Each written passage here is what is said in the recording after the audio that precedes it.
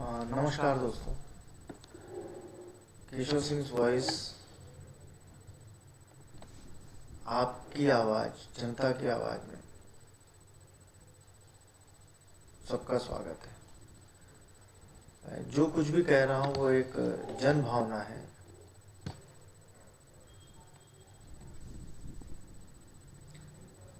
लोगों के दिल में जो चल रहा है, मन में जो चल रहा है, ये वो है।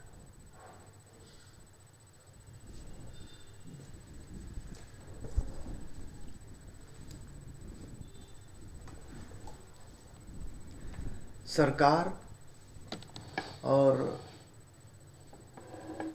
किसानों के बीच में कल 11वें दौर की बातचीत अगर एएस यानी अमित शाह को जोड़ दिया जाए तो 12 दौर की बातचीत हो चुकी है। जैसा कि मैंने पहले ही कहा था कि जो सरकार ने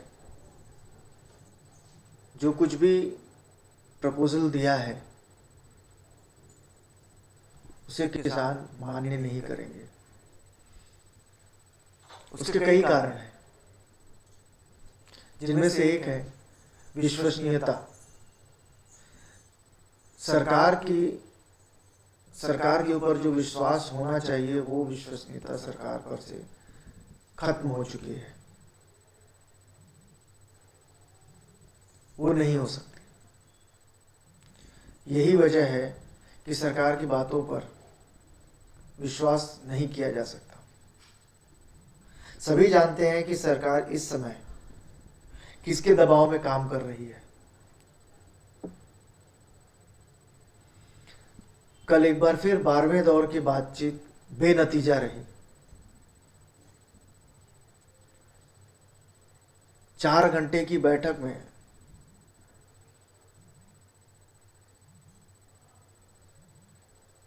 58 दिनों से बैठे, 58 दिनों से बैठे किसान भाई वहां पर कल 15 से 18 मिनट के बीच ही बातचीत हुई, की बैठक हुई। इससे आप समझ सकते हैं कि अब सरकार और किसान के बीच जो वार्ता है वो डेडलॉक में पहुंच चुकी है। इससे पहले कि मैं कुछ बताऊं, एक वीडियो दिखाता हूं, पुराना वीडियो है, आप उसे देखें।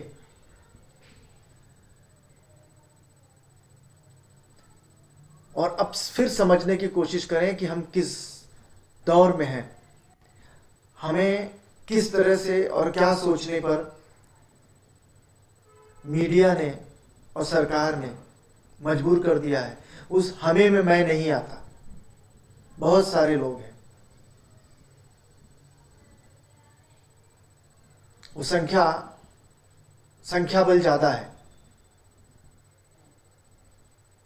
एक बार सुने। अगर के आएंगे तो 100 दिन में महंगाई कम करेंगे। कहा था ना, कहा था ना। डीजल का क्या हुआ?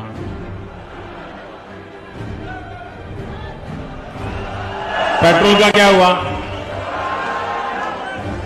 मित्रों, गैस हो, पेट्रोल हो, डीजल हो, हर प्रकार से महंगाई बढ़ रही है कि नहीं बढ़ रही है? मित्रों, मुझे परमात्मा ने जब बनाया तो उसके जो आईटी प्रोफेशनल्स थे उन्होंने ऐसा पर डाला है कि मैं छोटा सोच ही नहीं सकता।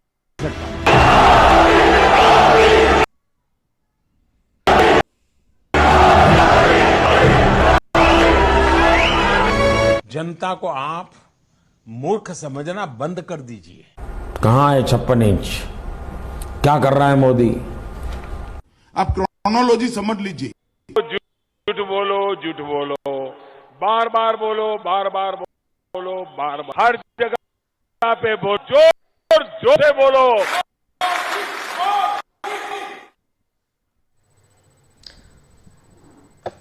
इस वीडियो को जिसने भी बनाया है या एडिट किया है, अब आप समझे, यही पेट्रोल के दाम 2014 से पहले जब बढ़ते थे तो हाय तौबा हो रही थी। जब इंटरनेशनल मार्केट में क्रूड ऑयल का दाम कीमत $100 पर बैरल था, तब भारत में कितने में पेट्रोल या डीजल मिल रहा था। आज जब कोरोना काल में इंटरनेशनल मार्केट में भी दाम नीचे हैं, फिर भी यहाँ पर दाम बढ़ रहे हैं, उसकी कीमतें बढ़ रही हैं, लेकिन आज बोलने वाला कोई नहीं है, क्योंकि वो देशभक्ति का है, देशभक्ति का जामा पहने हुए है।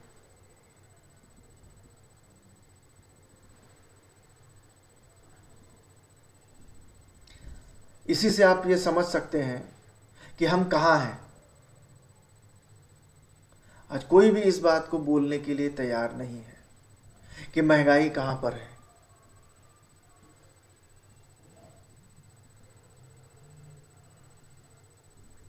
आइए बात करते हैं किसान की। वो तो एक नौटंकी था, वो किस तरह से, वो क्या बोल सकते हैं, एक विदूषक कैसे लोगों को अपनी तरफ आकर्षित करता है बोल के, बातों से। ये कुछ इसी तरह का था और आज भी यही हो रहा है। हमारे देश का प्रधानमंत्री ना होकर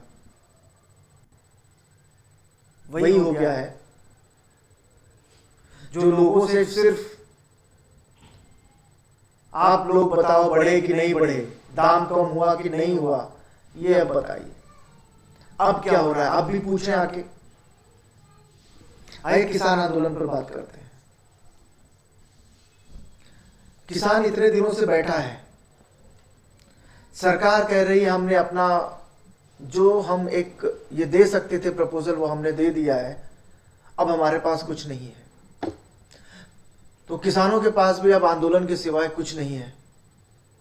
26 जनवरी नजदीक है, गणतंत्र दिवस, जहां पर किसान अपनी परेड करना चाहते हैं। सरकार सुप्रीम कोर्ट जा चुकी है कि वो परेड को रोके, ट्रैक्टर परेड को रोके। दिल्ली पुलिस ने मना कर दिया है, फिर भी किसान उसे करना चाहते हैं आउटर रिंग रोड पे।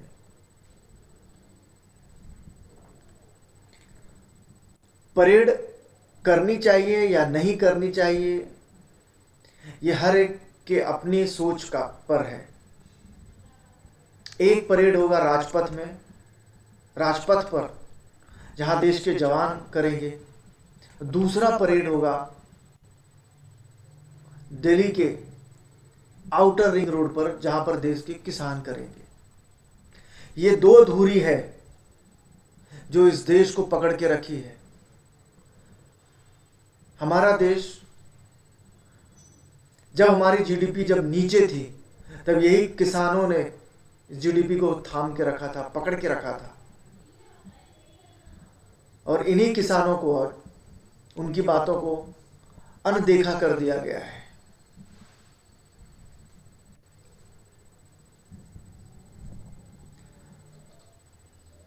क्या कहें, सरकार की सोच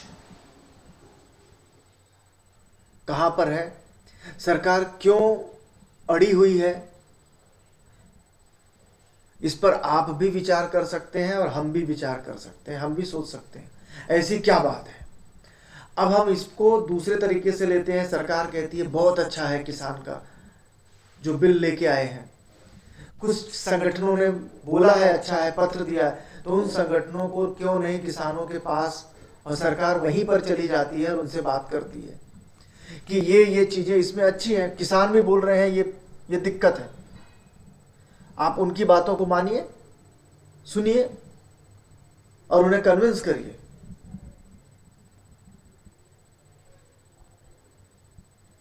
किसान की भी मांग गलत नहीं है, वो एमएसपी पे कानून चाहता है। आप इस तरह के जब बिल लेके आते हैं जहां पे कॉर्पोरेट्स को आप सब कुछ देना चाहते हैं, तो एमएसपी पे कानून क्यों नहीं देना चाहते? आप क्यों नहीं चाहते कि व्यापारी जब किसानों से उनके माल को खरीदे तो उस दाम पर खरीदे जो एक निश्चित रकम हो।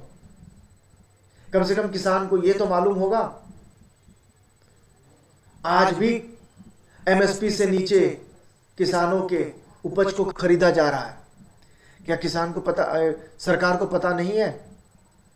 ये सरकार की नाक के नीचे हो रहा है।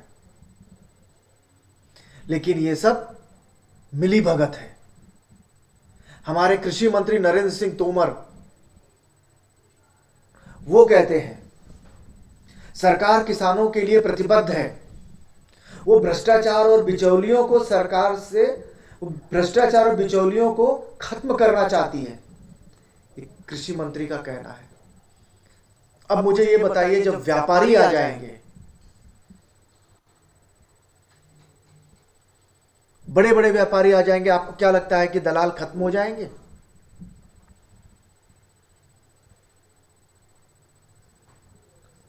और बढ़ेंगे। सोचिए कैसे बढ़ेंगे।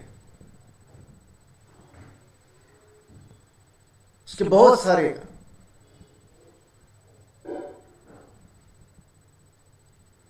वजह यह है, जब पूरे मार्केट में, पूरे बाजार पर जब व्यापारियों का कब्जा हो जाएगा तो वो अपने दाम पर किसानों से वो खरीदेंगे। जब किसान उसे मना करेंगे कहीं पर, तो उनमें उनका एक एजेंट काम करेगा जो 1-2 रुपए और बढ़ाकर उनसे खरीदवाने की कोशिश करेगा। और उनके पास, किसानों के पास कोई रास्ता, चारा नहीं बचा है। आप दलालों को खत्म करना चाहते हैं, करिए, बहुत अच्छी बात है। भ्रष्टाचार खत्म करना चाहते हैं, करिए, बहुत अच्छी बात है। लेकिन किसानों का हक मत मारिए। बहुत अच्छी सोच है।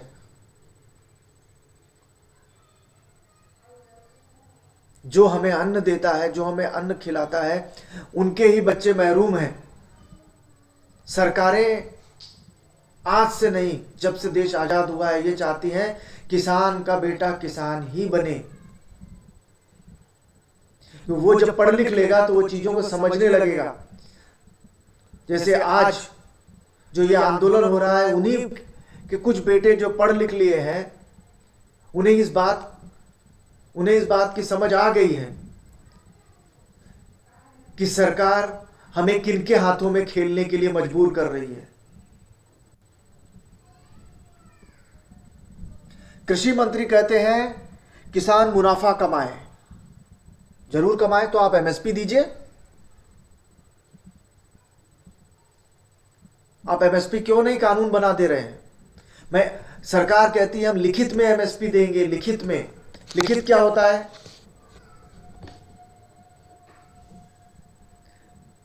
सरकार का लिखित का किसी चीज का ये वैल्यू है, कीमत है? कीमत होता है कानून का। जब कानून बन गया तो सरकारें आती हैं, जाती हैं, कानून रहता है।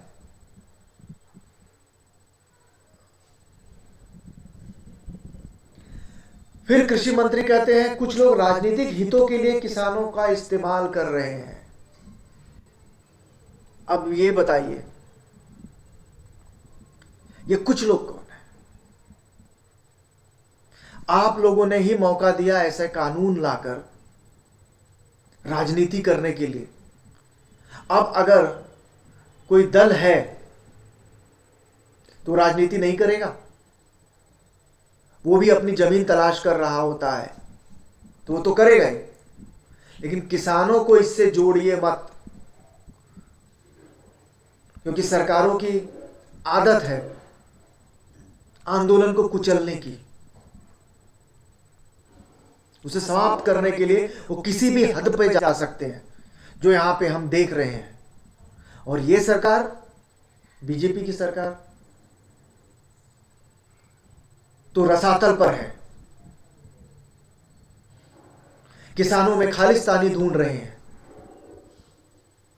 आतंकवादी ढूंढ रहे हैं। अरे हिम्मत है तो जाइए वहां पर, बैठिए और देखिए किसान किस तरह से आंदोलन कर रहे हैं, कैसे कर रहे हैं। आप में वो हिम्मत नहीं है और ना होगी।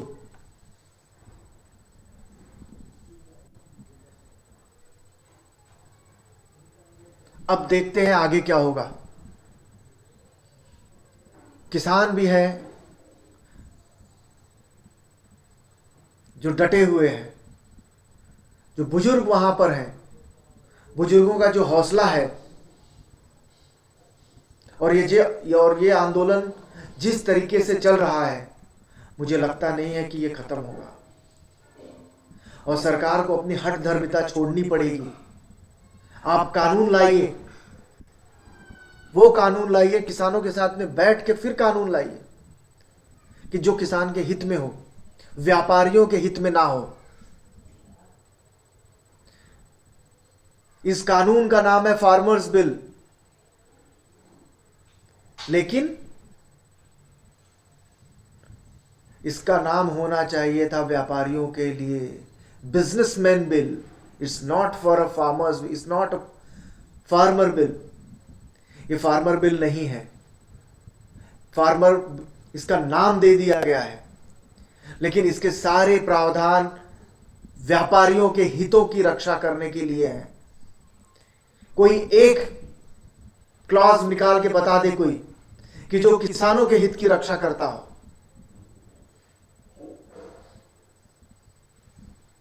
अगले वीडियो में मैं फिर मिलूंगा। किसान किस तरह से वहां पर आंदोलन को चला रहे हैं, जो काबिले तारीफ है। और मैं उम्मीद करता हूं भारत सरकार को सद्बुद्धि आएगी और भारत की जनता को भी सद्बुद्धि आएगी। जो राष्ट्रवाद अपनी जगह है, राष्ट्रवाद है, लेकिन उसे मीडिया और सरकार की नजर से ना देखें। वो राष्ट्रवाद के अंदर आतंकवाद पैदा कर रहा है।